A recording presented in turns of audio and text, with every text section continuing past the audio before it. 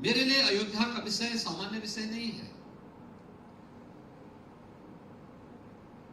जैसे दैनिक जागरण के लिए यह आज का मुद्दा नहीं है।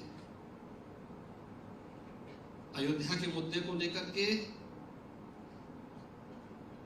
दैनिक जागरण पर हमले हुए थे।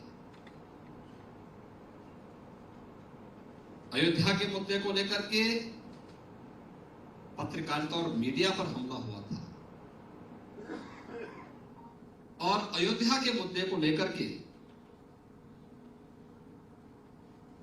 यह वैसे ही जैसे दैनिक जागरण के लिए नया मुद्दा नहीं है, वैसे ही मेरे लिए नया मुद्दा नहीं है।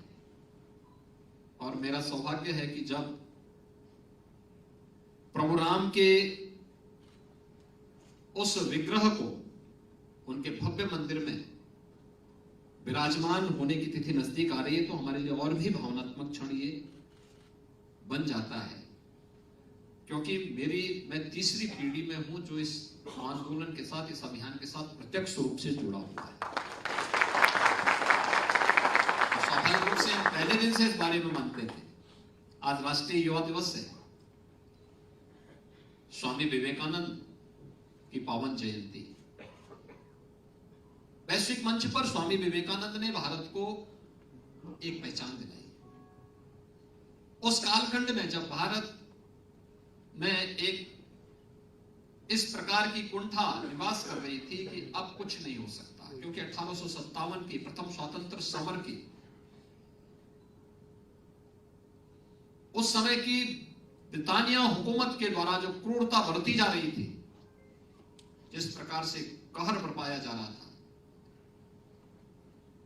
क्रांतिकारियों और जहां से भी देश की आजादी के लिए आवाज उठी, उन पर जिस प्रकार के अत्याचार हो रहे थे, आम जनमानस के मन में बात आ गई थी कि गुलामी अब हमारी दास्तां सदैव के लिए बन चुकी है, हमारी नियति बन चुकी है। उस कालखंड में स्वामी विवेकानंद का जन्म होता है और स्वामी विवेकानंद ने उस समय के युवाओं के लिए एक नई प्रेरणा दी थी, भारतवासियों के लिए एक नई प्रेरणा दी थी। उठो, जागो और लक्ष्य की प्राप्ति तक निरंतर प्रयास करो। हम लोग भी इस बात को मानते थे। अयोध्या में प्रभु तो सर्वव्यापी है, हमें तो निमित्त मात्र बनना है। और अयोध्या का संघर्ष एकमात्र ऐसा संघर्ष है जो 1528 से लेकर के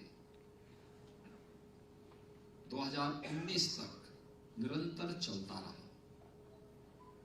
कोई वर्ष नहीं था, कोई दिन ऐसा नहीं था, कोई क्षण ऐसा नहीं था। हम जब भारतीय जनमानस की बात करते हैं, राम के बगैर भारतीय जनमानस की कामना की ही नहीं जा सकती। हमारे घर में कोई मांगलिक कार्यक्रम होता है, कोई नया शिशु आता है, कोई भी धार्मिक कार्यक्रम, सार्वजनिक कार्यक्रम होता है, हम अखंड रामायण का पाठ बिठाते हैं। राम नाम संकीर्तन हमारे घरों में होने लगता है। उठते हैं तो राम का नाम स्मरण करते हैं, जागते हैं राम का नाम स्मरण करते हैं, खेतों में कार्य करते हैं राम का नाम स्मरण करते हैं, व्यवसाय करते हैं राम का नाम स्मरण करते हैं। जीवन का कोई कार्य ऐसा नहीं, जीवन का कोई काम ऐसा नहीं जो राम के बगैर होता हो। और यही नहीं, अंतिम यात्रा भी राम के ही नाम पर निकलती है। दुनिया के अंदर कहीं नहीं होता है, ये केवल भारत के अंदर हुआ है। तो राम जहां पर श्वास श्वास में बसे हो, उन लोगों ने इस गलती को करने का प्रयास किया कि श्वास श्वास में बसे हुए राम को भारतीय जनमानस से अलग करने की कुत्सित प्रयास का हिस्सा बनने का प्रयास, कुत्सित प्रयास किया।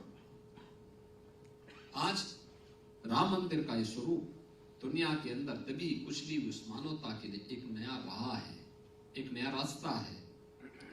भारत की आस्था का सम्मान हो रहा है। भारतीय जनमानस प्रफुल्लित है, उत्साही है, उमंग से भरा हुआ है।